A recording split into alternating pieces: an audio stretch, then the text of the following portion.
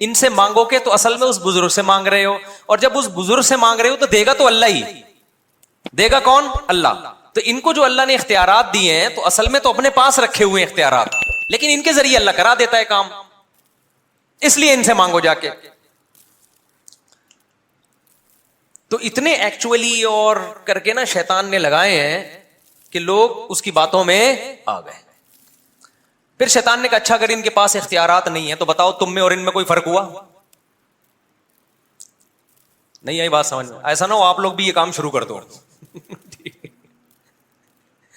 شیطان نے کہا دیکھو اگر ان بزرگوں کے پاس اختیارات ہیں ہی نہیں, انہوں نے اللہ کی اتنی عبادت کی اور اتنا کچھ کیا, تو پھر بھی ان کے پاس کوئی اختیارات نہیں ہے, تو تم اور ان میں کوئی فرق ہوا؟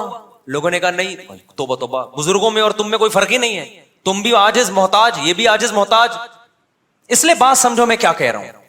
لوگوں نے کہا یار یہ تو کچھ بات کھوپڑی شریف میں بیٹھ رہی ہے یار, ہم میں اور ان میں یہ بھی 2 ٹکے کے, ہم بھی 2 ٹکے کے.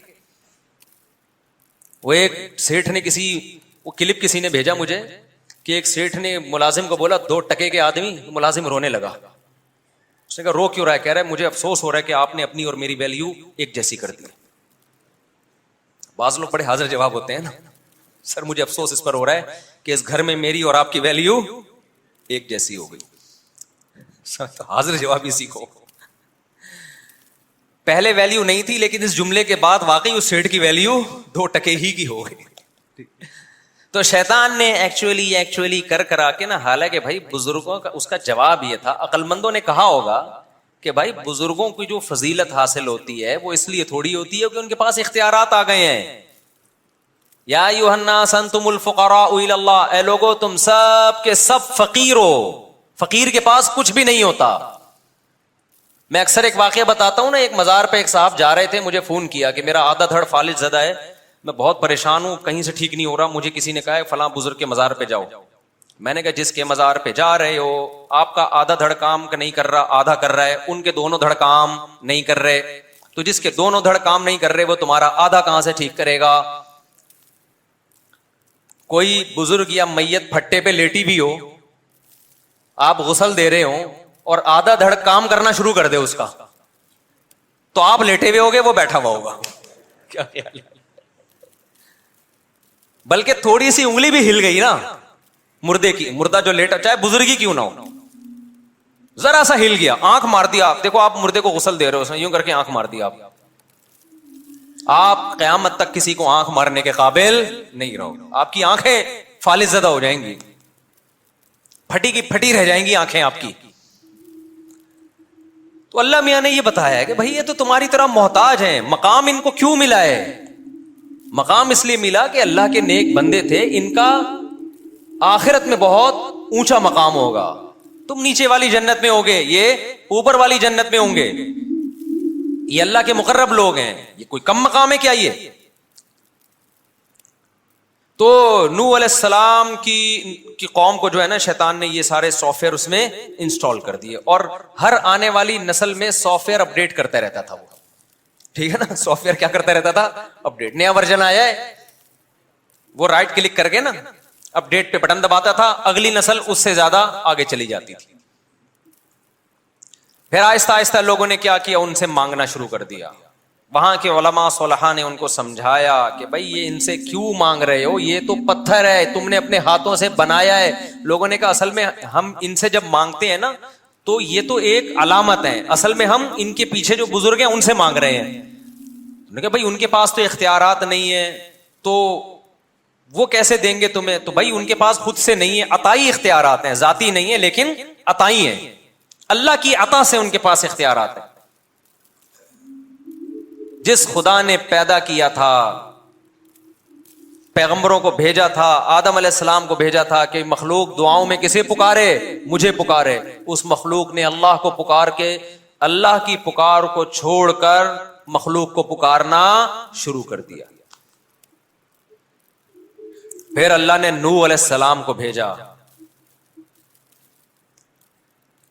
نوح علیہ السلام قوم کو سمجھاتے رہے کہ چھوڑ دو اس بت پرستی کو, لیکن شیطان سافٹ ویئر ایسے اپڈیٹ کر چکا تھا کہ ان کے اندر سے بت پرستی اور شرک کا کے جراثیم 950 سال کی محنت میں بھی نہیں نکلے، تو ہماری 2 تقریروں میں کہاں سے نکل جائیں گے؟ جو ہدایت چاہتا ہے نا، اس کو ایک تقریر میں اس کے سافٹ ویئر صحیح ہو جائیں گے، اس کے وائرس ختم ہو جائیں گے۔ جو ہدایت نہیں چاہتا، آپ 950 سال بھی اس کو سمجھائیں گے، اس کی سمجھ میں توحید نہیں آئے گی۔ جس نے سمجھنا ہوتا ہے ایک تقریر سے سمجھ جاتا ہے، وہ جو نہیں سمجھنا چاہتا 950 سال کی محنت بھی ضائع۔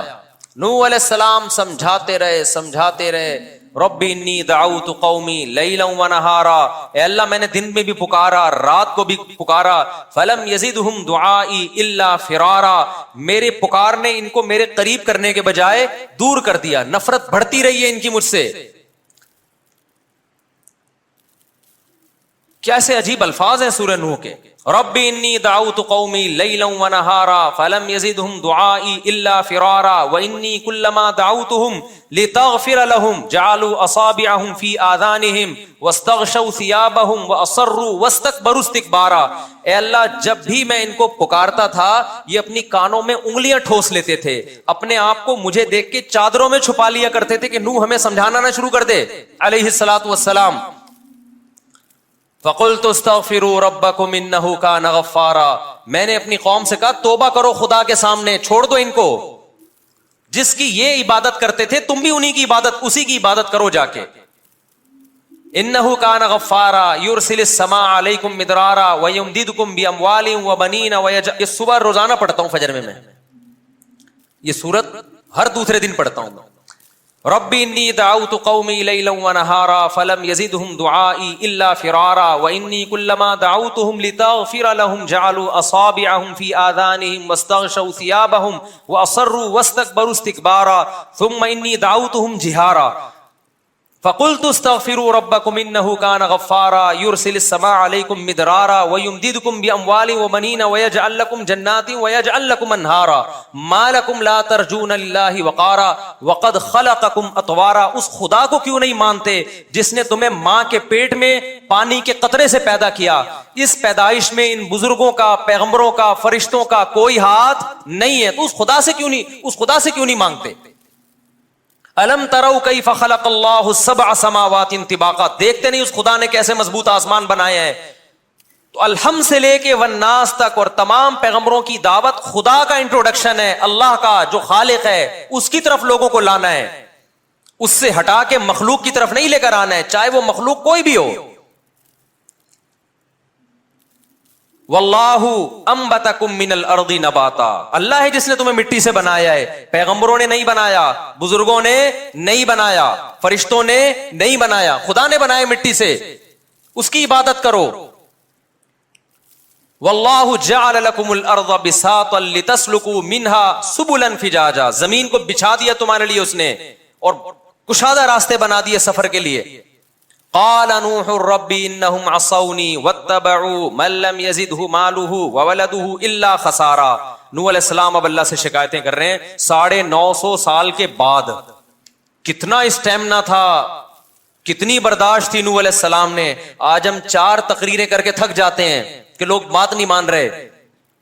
950 سال گلیوں میں گھومے نوح علیہ السلام، کیا سمجھانے کے لیے؟ چھوڑ دو ان بتوں کو، ان پتھروں کو چھوڑ دو، خدا سے دل لگاؤ۔ پھر شکایت کیا کی ہے نوح علیہ السلام نے؟ انہم عصونی، اے اللہ یہ لوگ میری نہیں مان رہے۔ کس کی مان رہے ہیں؟ اللہ نے پوچھا، اے اللہ یہ اس کی مان رہے ہیں جس کے پاس دولت ہے، جس کے پاس عزت ہے، ان کے پیچھے چل رہے ہیں، کلچر کو فالو کر رہے ہیں۔ وَمَكَرُوا مَكْرًا كُبَّارًا وَقَالُوا لَا تَذَرُنَّ آلِهَتَكُمْ وَلَا تَذَرُنَّ وَدًّا وَلَا سُوَاعًا، اور جب میں خدا کی طرف، اللہ کی طرف بلاتا ہوں تو یہ کیا کہتے ہیں؟ نا نا نا، اپنے معبودوں کو نہیں چھوڑنا، جن بزرگوں کی تم نے پتھر بنائے ہیں ان کو نہیں چھوڑنا، یہ تمہیں بزرگ سے ہٹا رہا ہے، یہ تمہیں بزرگوں کی عقیدت ختم کر رہا ہے۔ نوح علیہ السلام معاذ اللہ، وَلَا تَذَرُنَّ وَدًّا وَلَا سُوَاعًا، نہ ود کو چھوڑنا ہے نہ سوا کو چھوڑنا ہے، وَلَا يَغُوثَ وَيَعُوقَ وَنَسْرًا، نہ یغوث کو چھوڑنا ہے نہ یعوق کو چھوڑنا ہے نہ نصر کو۔ ایک ایک کا نام لے کے وہ قوم کہتی تھی ان میں سے کسی کو بھی نہیں چھوڑنا ہم نے۔ آج کے حالات پر یہ آیت کیسے منطبق ہوتی ہے؟ آج لوگ یا رسول اللہ مدد کہتے ہیں کہ نہیں کہتے، یا علی مدد کہتے ہیں کہ نہیں کہتے، یا غوث آدم مدد کہتے ہیں کہ نہیں کہتے؟ تو یہ خدا کے علاوہ آپ پکار رہے ہو کسی اور کو، اور کسے پکار کہتے ہیں بھائی؟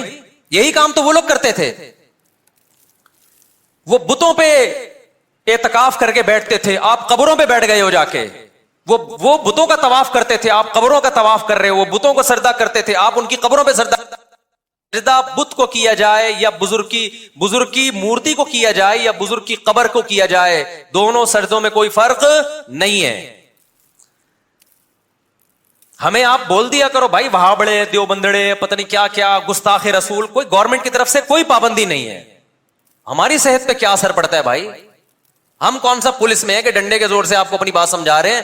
آپ نے اپنی قبر میں جانا ہے اور ہم نے اپنی قبر میں۔ کل اللہ ہم سے قبر میں پوچھے گا کہ تم نے وہ توحید جو قرآن میں ہے لوگوں کے سامنے بیان کی تھی کہ نہیں کی تھی؟ ممبر پہ حق ادا کیا تھا کہ وَمَن يَدْعُ مَعَ اللَّهِ إِلَٰهًا آخر، جو اللہ کے سوا کسی کو پکارتا ہے اللہ نے اس سے حساب و کتاب لینا ہے، اس کو نہیں چھوڑے گا اللہ۔ تو کیا تم نے ممبر پہ لوگوں کو بتایا تھا کہ صرف یا اللہ مدد کا نعرہ لگے گا، یا رسول اللہ مدد، یا علی مدد، یا غوث آدم مدد، یا حسین مدد؟ نہیں لگے گا۔ ہم کہہ دیں گے اللہ ریکارڈنگ موجود ہے، ثبوت موجود ہے، اب تو ہر چیز ریکارڈ ہو، اللہ کے پاس تو ویسے ہی ریکارڈ ہو رہی ہے، دنیا میں بھی ریکارڈنگ موجود ہے۔ آپ پھر بھی یا علی مدد کہتے ہو، آپ پھر بھی یا حسین مدد کہتے ہو، آپ پھر بھی یا غوث آدم مدد کہتے ہو، آپ پھر بھی کسی قبر کو سجدہ کرتے ہو، تو بھئی آپ کے پاس اگر اس کی ایکسپلینیشن اللہ کے پاس اللہ کو مطمئن کرنے کے لیے ہے تو آپ پیش کر دینا۔ اللہ اگر آپ کو عذاب نہ دے تو ہمیں کوئی تکلیف نہیں ہے، لیکن اللہ نے قرآن میں جو وعدہ کیا ہے، اب اللہ جانے آپ جانے، اللہ نے وعدہ یہ کیا ہے کہ مشرک کی میں کسی قیمت پہ مغفرت نہیں کروں گا، شرک معاف نہیں ہو سکتا، کچھ بھی کر لو، یہ غیرت کا مسئلہ ہے۔ منزل ہی کی خبر نہ ہو کہ جانا کہاں ہے تو آپ چلتے چلے جائیں گے اور ٹینشن آپ کی بڑھتی چلی جائے گی، جیسے اس جنازے کی چارپائی والوں کی ٹینشن بڑھ رہی تھی کہ یار کدھر ٹکائیں اس کو، پھینک کے بھی نہیں آ سکتے نا۔ تو اللہ نے مثال دی ہے کہ ظلمات فی بحر، فرمایا بہت سارے اندھیرے ہوں اور کوئی شخص سمندر کی تہ میں ہو، فی بحر لجی، سمندر بھی بہت زوردار لہروں والا گہرا سمندر جس کی گہرائی میں بہت زیادہ اندھیرا ہوتا ہے، وقت بھی رات کا ہو، یغشاہ موج من فوقہ موج، موج کے اوپر موج چڑھی ہوئی ہے، ایسی گہرائی والا سمندر، من فوقہ سحاب، اور کالی رات میں بادل بھی ہوں کالے جو ستارے اور چاند کی روشنی سے بھی رکاوٹ بن رہے ہوں، اور اندھیرے کا یہ عالم ہے اذا اخرج یدہ لم یکد یراہا، جب اپنا ہاتھ نکال کے وہ دیکھنا چاہتا ہے تو اس بات کا کوئی امکان ہی نہیں ہے کہ ہاتھ بھی دیکھ سکے، یعنی کہ ہاتھ دیکھ نہیں پا رہا، یہ ممکن ہی نہیں ہے، اس کا بھی تصور نہیں ہے۔ تو بیان القرآن میں یہ لکھا ہے، اس میں بلاغت کے نکات بھی ہوتے ہیں، انہوں نے لکھا ہے کہ ہاتھ کی مثال اللہ نے کیوں دی ہے، اذا اخرج یدہ، اللہ نے کہا کہ اتنا اندھیرا ہے کہ ہاتھ نکال کے دیکھنا چاہے تو وہ بھی نظر نہیں آتا، فرمایا اس لیے کہ ہاتھ کو اپنے حساب سے قریب اور دور کر سکتے ہیں، بعض لوگوں کی دور کی نظر کمزور ہے، بعض کی قریب کی نظر کمزور ہے۔ ہاتھ کے علاوہ جو ہے نا، ہاتھ جب آپ ایسے کریں، ایسے کر لو، تھوڑا دور کر لو، یوں آنکھیں پھاڑ کے تھوڑا سا، اور اپنے حساب سے مینج کر سکتے ہو آپ اس کو۔ اپنا ہاتھ بھی اگر سجائی نہیں دے رہا کس قدر اندھیرا ہوگا۔ تو اللہ فرماتے ہیں اس شخص کی مثال ہے کس کی، جس کے پاس ہدایت کی روشنی نہیں ہے، جیسے یہ حیران سرگردان سفر کرے گا، اب اس کو کیا پتا کہ اگلا قدم میں نے کہاں رکھنا ہے، اگلے قدم میں کھائی ہے یا پھول بچھے ہوئے ہیں یا قالین بچھے ہوئے ہیں، ساری زندگی اسی قسم پرسی میں گزارے گا جو شخص، اس کی دل کی حالت کیا ہوگی، دماغ کی حالت کیا ہوگی، کیسی پریشانی ہوگی۔ یہ دنیا کا عذاب ہے ان لوگوں کے لیے جو شریعت کو فالو نہیں کرتے، ہر شخص کو خوش کرنے کی کوشش میں لگے ہوئے ہیں، داڑھی کیوں نہیں رکھی جاتی، لوگ کیا کہیں گے، تو کیا بغیر داڑھی والوں سے لوگ خوش ہیں بھائی؟ میں اچھا نہیں لگوں گا، ملا سا لگوں گا، لوگ کیا کہیں گے؟ تو بھائی لوگ تو اللہ تعالیٰ نے یعنی دنیا میں سزا کیا دی ہے میں یہ عرض کر رہا تھا کہ ہم دنیا کو خوش کرنے کے لیے کام کرتے ہیں، مگر دنیا خوش کہ ہم بھی کیا کرتے ہیں. کافر تو مکمل کنفیوز ہوتا ہے، مسلمان آدھا تیتر آدھا بٹیر. وہ کلمہ تو پڑھ لیتا ہے، جنت جہنم پہ یقین بھی کر لیتا ہے، لیکن آدھی شریعت کو فالو کرتا ہے. وہ اتوار کو بیان سننے آ جائے گا، جمعے کا بیان سن لے گا، لیکن بہت ساری چیزوں میں کیا کرے گا، یار نہیں یار یہ بیوی ناراض ہو جائے گی، یار یہ تو ابا، یہ تو دوست بولیں گے یار تم تو پروفیشنل مولوی لگ رہے ہو بالکل ہی یار، تم تو بالکل ہی یار یعنی عجیب سے ہو گئے ہو. اس طرح کی باتیں لوگ کرتے ہیں. تو ایسے لوگ یہ سمجھتے ہیں کہ ہم لوگوں کو خوش کر کے سکون کی زندگی گزاریں گے، حالانکہ وہ سکون کی زندگی نہیں گزار سکتے. کیوں؟ قرآن نے اس کو بڑا اچھی مثال سے سمجھایا ہے. فرمایا ضرب اللہ مثلا رجلا فیہ شرکاء متشاکسون ومثلا ورجلا سلما لرجل. فرمایا بتاؤ ایک آدمی ایسا ہے جس کے کئی آقا ہوں، کئی محبوب ہوں، اور وہ کئی محبوب بھی ایسے ہیں جن کے مزاجوں میں آپس میں بڑا اختلاف ہو. کئی محبوب ایسے ہیں جن کے مزاجوں میں آپس میں، مثال دیتا ہوں، کسی کی 4 بیویاں اور چاروں اپوزٹ دماغ کی ہیں، تو وہ ڈپریشن کا مریض بنے گا کہ نہیں بنے گا؟ چاروں کو خوش رکھنا اس کے لیے ممکن ہوگا ہی نہیں. چاروں کا مزاج بالکل الگ، چاروں پھڈے باز. وہ کہتی ہے میری دعوت قبول کرو، میرے ہاں ناشتہ کرو، وہ کہہ رہی ناشتہ آپ نے میرے ہاں ہی کرنا ہے. تیسری کہہ رہی ناشتہ تو آپ کا باپ بھی میرے یہاں کرے گا. چوتھی کہہ رہی ہے ناشتہ روزانہ کس کے گھر ہوگا؟ میرے. ایک کے ابا SHO ہیں، ایک کے DSP، ایک کے آرمی میں کرنل ہیں، اور ایک کے ابا علاقے کے ناظم ہیں بھائی، اور ہول سیل کے حساب سے سالے بھی ہیں. اب چاروں کا مطالبہ کیا ہے؟ ناشتہ کس کے یہاں ہوگا؟ آپ کہو گے بھائی ناشتہ تمہارے ہاں، لنچ تمہارے ہاں، ڈنر تمہارے ہاں. کوشش کرو گے نا؟ نہیں. متشاکسون، جھگڑالو، نہ ضدی. بول دیا ناشتہ آپ نے کہاں کرنا ہے؟ ادھر کرنا ہے. تو پھٹے گا کہ نہیں پھٹے گا؟ یہ ٹینشن سے بولے گا بھائی 4 پراٹھے تھوڑی کھا سکتا ہوں میں، چلو ادھر بھی ناشتہ کر لیا، ادھر بھی کر لیا، ادھر بھی. پھر لنچ میں یہی پھڈے بازی. تو چاروں کو خوش رکھ سکتا ہے؟ بولو بھائی، نہیں رکھ سکتا. ایک کہہ رہی ہے مجھے اپنے ساتھ سفر پہ لے کے جاؤ، دوسری کہہ رہی ہے اس دفعہ سفر پہ میں نے جانا ہے، تیسری کہہ رہی ہے اس دفعہ تو ان دونوں نے جانا، میں نہیں جانا ہے. وہ قرآن اندازی کرے گا نہیں، قرے کو ہم نہیں مانتے، چلو بیگم تمہیں اس دفعہ تمہیں لے جاتا ہوں، اگلے چکر میں تمہیں نہیں، اسی دفعہ میں نے بھی. متشاکسون کا مفہوم سمجھا رہا ہوں آپ. پھڈے باز، ہر ایک کی خواہش ہے کہ ابھی میری جو چاہت ہے اس کو پورا کرو. بھائی آپ پورے ہو جاؤ گے اس میں، نہیں ہو سکتا. 4 دوست ہیں، کوئی بھی 4 محبوب ہیں، یا 3 ہیں، یا 2 ہیں، یا کئی سارے ہیں. اللہ فرماتے ہیں یہ شخص کبھی بھی سکون کی زندگی، بولو بھائی. آپ کہیں گے پھر میں 4 کی ترغیب کیوں دیتا ہوں جب سکون اللہ خود کہہ رہے ہیں. بھائی وہ اس لیے کہ ایسا ہوتا نہیں ہے کہ چاروں، ایک کا ناشتہ کر لو، ایک کے لنچ کر لو، ایک کے ڈنر کر لو، اگلے دن پھر ناشتہ یہاں کر لو. تو باریاں شریعت نے اسی پھڈے سے بچنے کے لیے، پھر بھی نہیں ہے تو پھر جاؤ ڈاکٹر کو دکھاؤ. ہم کب کہتے ہیں کہ لڈو کھانے کی نیت سے کرو؟ ہم تو کہتے ہیں بھائی جہاد ہے، پٹو گے. ٹھیک ہے، یہ تو ہم پہلے کہتے ہیں ثواب ملے گا، مگر پٹنے کا الگ ملے گا اور شادی کا الگ سے ملے گا. تو ضرورت ہے معاشرے کی. تو اللہ تعالیٰ فرماتے ہیں کہ ایک آدمی ہے ایسے ہیں جس کے محبوب ہیں، جس کے کئی خدا ہیں. ایک خدا کو خوش کرتے ہو، دوسرا خدا ناراض ہو جاتا ہے.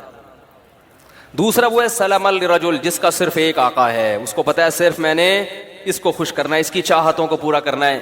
فرمایا بتاؤ هل يستويان مثلا، کیا سکون اور اطمینان میں دونوں برابر ہو سکتے ہیں؟ آج مسئلہ یہ ہے کہ ہم نے ایک اللہ کو محبوب حقیقی بنایا ہی نہیں ہے. جمعے کی نماز پڑھ لیتے ہیں اللہ کو خوش کرنے کے لیے، ایک آدھ روزہ بھی رکھ لیتے ہیں اللہ کو خوش کرنے کے لیے، عید پہ نہا بھی لیتے ہیں اللہ کو خوش کرنے کے لیے. لیکن بہت سارے کام ہیں جن سے اللہ ناراض ہو رہا ہے، مگر بیوی بچے خوش ہو رہے ہیں، وہ بھی چلے گا ساتھ میں. جہیز بھی لے رہے ہیں، نفس خوش ہو رہا ہے اس سے، سود بھی کھا رہے ہیں، بینک کی جاب بھی کر رہے ہیں. رمضان میں جس دن دیکھا کہ یار ذرا آج بڑا مشکل لگے گا، آفس میں دل نہیں لگے گا اگر میں نے کچھ کھایا پیا نہیں، تو روزہ گول. ایک صاحب کا میرے پاس فون آیا کہ حضرت میں وہ 11 بجے آفس آیا ہوں، میں نے سوچا تھا کہ اگر گرمی سخت ہوئی تو چھوڑ دوں گا، گرمی کم ہوئی تو رکھ لوں گا، تو 11 بجے میں نیت کر سکتا ہوں، آج موسم اچھا ہے. میں نے کہا یار تم عجیب آدمی ہو، رکھنا ہے بھائی یہ تو رکھنا ہی رکھنا ہے. تو کبھی کسی کو معبود، کبھی کسی کو معبود، تو اس سے لوگ کیا ہوتا. اور یہ سب کیا ہیں؟ ایک دوسرے کے مخالف بھی ہیں. ساری مخلوق کو، سارے انسانوں کو آپ کبھی بھی خوش، سارے رشتہ داروں کو خوش نہیں کر سکتے. اماں کو خوش کرو تو بیوی ناراض، بیوی کو خوش کرو تو اماں ناراض، بہنوں کو خوش کرو تو بیگم ناراض. عجیب سا حساب چل رہا ہے. تو کہیں بھی نہیں ہو سکتا. اس لیے ایک قانون بنا دو، بھائی ہمارا رب کون ہے؟ اللہ ہے. سب سے پہلے وہ ہے، باقی سب اس کے بعد. ناراض ہوتے ہو تو ہوتے رہو، تم نے بھی مر کے مٹی ہو جانا ہے، ہم نے بھی مر کے مٹی. عزت کرو گے تو اچھی بات ہے، نہیں کرتے تم نے بھی مٹی. جنہوں نے عزت کی ہے فرعون کی ہے بھائی، وہ فرعون بھی گیا اور وہ عزت کرنے والے بھی گئے.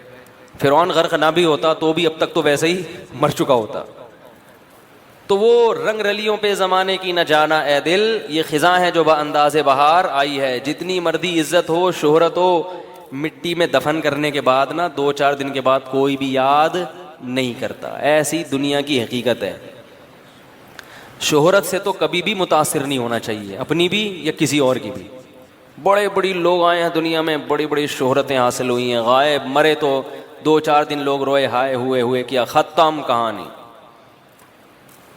تو اس لیے سب سے زیادہ مزے کی زندگی میں وہ ہے جس نے ایک اللہ کو اپنا رب بنا لی. وہ کہہ دے کر لو، کوئی روک نہیں سکتا اس کام سے. وہ کہے نہیں کرو، کوئی کروا کے نہیں. کسی میں دم ہے تو کروا کے دکھائے. میں جب وزیر آباد گیا، پرانی بات ہے یہ، واقعات سنانے کا مقصد کوئی اپنی قصے کہانیاں نہیں، جو بات قرآن کی بتانا چاہ رہا ہوں وہ دل میں بیٹھ جائے. میں جب وزیر آباد گیا نا تو وہاں وہ لوگ بھی سنتے میرا بیان. تو وہ یہ پرانی بات ہے، تقریباً 13-14 سال پرانی. تو انہوں نے 1 مہینہ رمضان کا میں نے وہاں گزارا. وہ میرے درس ہوئے، انہوں نے بڑا میرے درس کو پسند کیا. تو انہوں نے مجھے کہا کہ آپ یہیں ٹھہریں، اب آپ یہاں امامت بھی کریں اور یہاں خطابت بھی. ہم آپ کو اتنی تنخواہ دیں گے، حج کرائیں گے، یہ کریں گے. بڑا بھاری بھرکم لالچ. میں نے کہا نہیں، میں تو کراچی واپس جاؤں گا. میں نے کہا نہیں، میں تو، بچے بھی تھے میرے ساتھ. بہت اکرام کیا انہوں نے، واقعی بڑا اکرام کیا. وزیر آباد میں ایک مسجد ہے دارا کبوترا کے نام سے، وہ لوگ سنتے ہیں کبھی کبھار بیان تو سن رہے ہوں گے. یعنی 1 مہینہ میں نے اپنے گھر سے کھانا، کہتے ہیں 1 مہینہ نہیں کھایا، کوشش کے باوجود کہ بھائی آج ہم زبردستی مقابلے بازی. صبح سحری میں کھڑے ہوتے تھے، یہ دودھ لے کے، دہی لے کے، بھائی خود بنانے دو یار گھر میں، عادت خراب ہو جائے گی. نہیں، پھر وہ افطاری میں پھر کھانا، وہ بھائی مزے ہی موجہ ہی موجہ. پنجاب والے ماشاءاللہ کھلانے پلانے میں، کراچی والے بھی کھلاتے ہیں، کہ پنجاب والے کھاتے بھی ہیں نا، تو جو اب وہ اپنے حساب سے بھی کھلاتے ہیں. کراچی والا دونی والے وہ خود بھی پیٹ بھر جائے گا اس کا، آپ کو بھی وہ سمجھے گا پیٹ بھر گیا سامنے والے. صحتیں نہیں ہیں یہاں پہ. تو اب کیا ہوا ہے کہ وہ روزانہ صبح مجلس ہوتی، میرا درس کے بعد وہ بیٹھتے، بھائی آپ یہاں ٹھہرے. میں کہتا نہیں مجھے جانا ہے وغیرہ وغیرہ. 15 دن انہوں نے زور لگایا، انہوں نے دیکھا ٹکنے کا نام ہی نہیں لے رہا. انہوں نے کہا آپ کو پرابلم کیا ہے؟ میں نے کہا بھائی میں، جو میرے استاذ ہیں، جو میرے شیخ و مرشد ہیں، میں ان کا آدمی ہوں. میں کیا ہوں؟ میں ان کا آدمی ہوں. جب میں مدرسے میں آیا تھا تو میں نے اپنے آپ کو ان کے حوالے کر دیا تھا کہ اب اپنی لگام ہم نے ان کے ہاتھ میں پکڑا دی، کیونکہ ان پر اعتماد تھا. ایسے ہی کسی کے ہاتھ میں نہیں لگام پکڑائی جاتی. پہلے ان کو پرکھا اچھی طرح، بھائی ان میں دنیا کی محبت نہیں ہے اور علم بھی ان کا کامل ہے. تو اب ہم بچے ہیں، ہم بجائے اس کے کہ اپنی زندگی کو خود متعین کریں، کسی بڑے کے حوالے کر دو. انہوں نے ہمیں پڑھایا، انہوں نے ہمیں لکھایا. یہ سارا علم جو ہم یہاں آ کے آپ کی خیال کے مطابق موتی بکھیر رہے ہیں، سب ان کی محنت ہے. اب ہمیں پیسوں کی آفر آ رہی ہے تو ہم ان کو ٹاٹا کر کے چلے جائیں، ایسا نہیں ہوگا.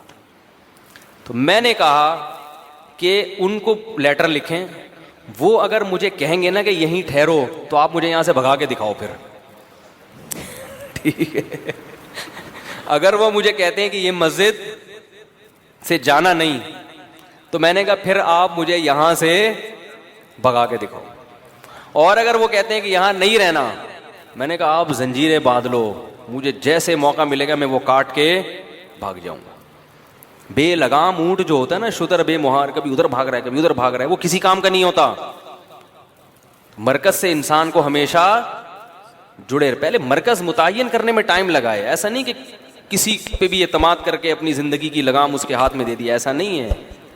پرکھنا پڑتا ہے, جانچنا پڑتا ہے. میں نے کہا ہمیں اپنے بڑوں پر الحمدللہ بھرپور اعتماد ہے. 8-10 سال ان کی صحبت میں ہم نے گزارے ہیں.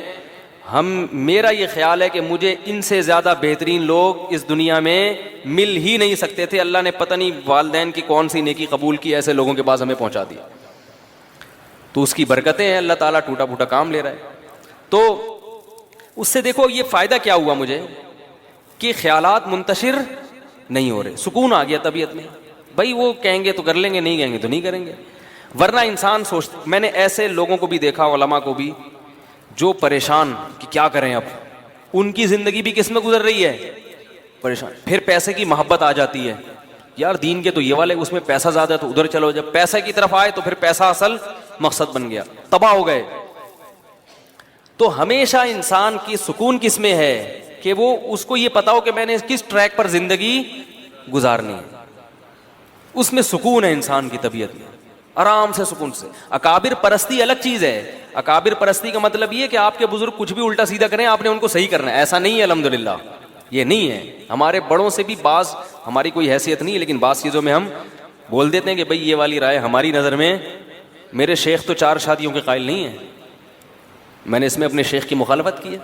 ٹھیک ہے, وہ نہیں قائل ہے اس کے. وہ کہتے ہیں زمانے میں, میں نے کہا نہیں ہونی چاہیے, میرے دلائل ہے, اس پہ کتاب ہے. میں کہتا ہوں بھائی مجھے ان دلائل کا کوئی جواب دے. شیخ کے بارے میں یہ تصور کہ بھائی وہ دوسرے کاموں میں مشغول ہیں, دین کے کاموں میں, ان کو اس ٹاپک پر سوچنے کا موقع, اگر وہ سوچتے تو وہ بھی یہی کہتے جو میں کہہ رہا ہوں. نہیں موقع ملا تو چھوڑو ان کو اپنے حال پہ, آپ اپنا چلو.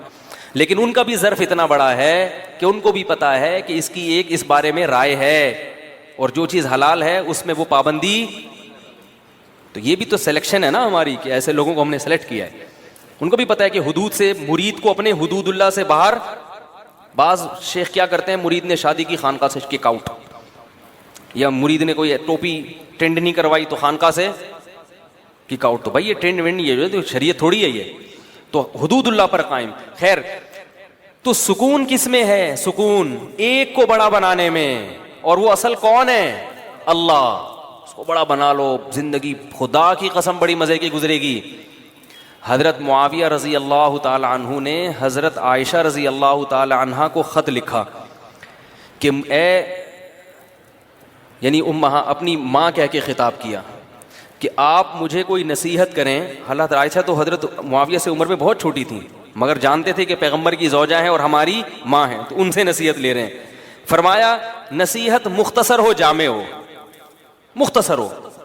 حضرت عائشہ نے نصیحت کی کہ جو لوگوں کو خوش کرنے کے لیے اللہ کو ناراض کرتا ہے, اللہ اس کو لوگوں کے حوالے کر دیتے ہیں, اور پھر لوگ بھی اس سے خوش نہیں ہوتے. اور لوگوں کی ناراضی کی پرواہ کیے بغیر اللہ کی رضا میں لگا رہے تو لوگ بھی کیا ہو جاتے ہیں, بالآخر خوش ہو جاتے ہیں. اس طرح کا مفہوم ہے, پورے الفاظ نہیں ہیں یہ. تو ایک کو اگر اللہ خدا بنا لیا جائے نا, بس وہی ہے, تو سب سے پہلا فائدہ کیا ہوتا ہے, زندگی میں سکون. آپ کو منزل کا پتہ چل جائے.